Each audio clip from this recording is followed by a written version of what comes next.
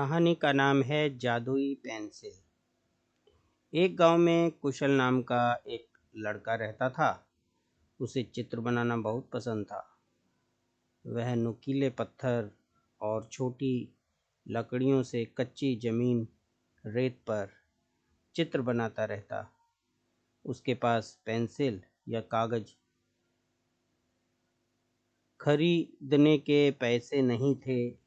वो हमेशा सोचता था, काश मेरे पास पेंसिल होती तो मैं कितने सुंदर चित्र बनाता। लेकिन रोज वह अपनी पूरी लगन से चित्र बनाता रहता।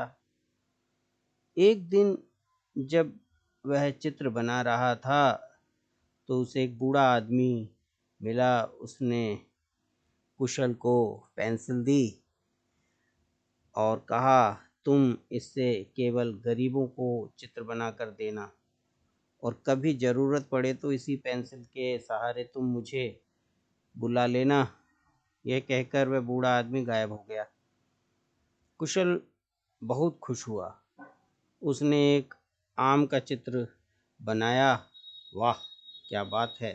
अचानक ही वो आम असली हो गया। फिर उसने एक कुत्ते का चित्र बनाया। वह भी असली कुत्ता बन गया। यह क्या? यह तो एक जादुई पेंसिल है। बहुत बहुत शुक्रिया बूढ़े चाचा, आपकी यह बात मैं हमेशा याद रखूंगा। अब कुशल ने खाने का चित्र बनाया। वह भी असली खाना बन गया। फिर उसने अपने माँ बाप के लिए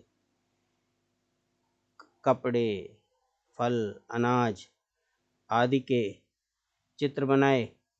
सब असली बन गए। कुशल गरीबों को जो भी चाहिए होता था बनाकर दे देता था। गांव के लोग कुशल से बहुत ही खुश थे।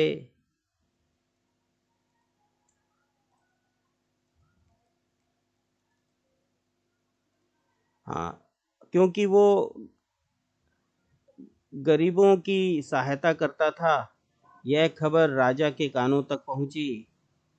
राजा ने कुशल को बुलाकर आदेश दिया, मेरे लिए एक सोने का पेड़ बगीचे में बना दो और तुम्हारी यह पेंसिल मेरे हवाले कर दो। महाराज, आपके पास बहुत धन है, मैं केवल गरीबों के लिए चित्र बनाता हूँ। राजा को गुस्सा आ गया। राजा ने आदेश देकर वह पेंसिल छीन ली और वह खुद सोने के पेड़ का चित्र बनाने लगा। लेकिन वह चित्र के अनुसार सोने का पेड़ प्रकट नहीं हुआ।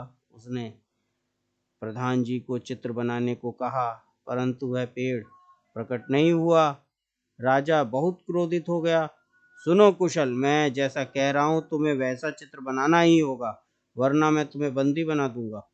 कुशल ने मन में सोचा, राजा तो उसे जेल में तो बंद करेगा ही, लेकिन वह गरीब लोगों के लिए कुछ नहीं कर पाएगा। वह चतुर था ही। उसने पेंसिल उठाई और झट से बूढ़े आदमी का चित्र बनाया। वहाँ बूढ़ा आदमी प्रकट हो गया। उसने राजा को समझाया, प्रणाम महाराज, सच कहूँ तो आपके पास पैसों की कोई कमी नहीं है, लेकिन जो यह कई गरीब हैं, कुशल उनके लिए ढेर सारी खुशियाँ लाने का काम कर रहा है। आपने जबरदस्ती से ये पेंसिल छीन ली, लेकिन आपके इच्छा अनुसार आपसे या दूसरे लोगों के इच्छा अनुसार जान ना आ पाई। कुशल के काम के प्रति लगन देखकर ही उसे यह पेंसिल मिली है। राजा को अपनी गलती का एहसास हो गया। उसने कुशल और बूढ़े आदमी से माफ़ी मांगी। बूढ़ा आदमी वहाँ से गायब हो गया। राजा ने कुशल का सम्मान किया। कहानी खत्म।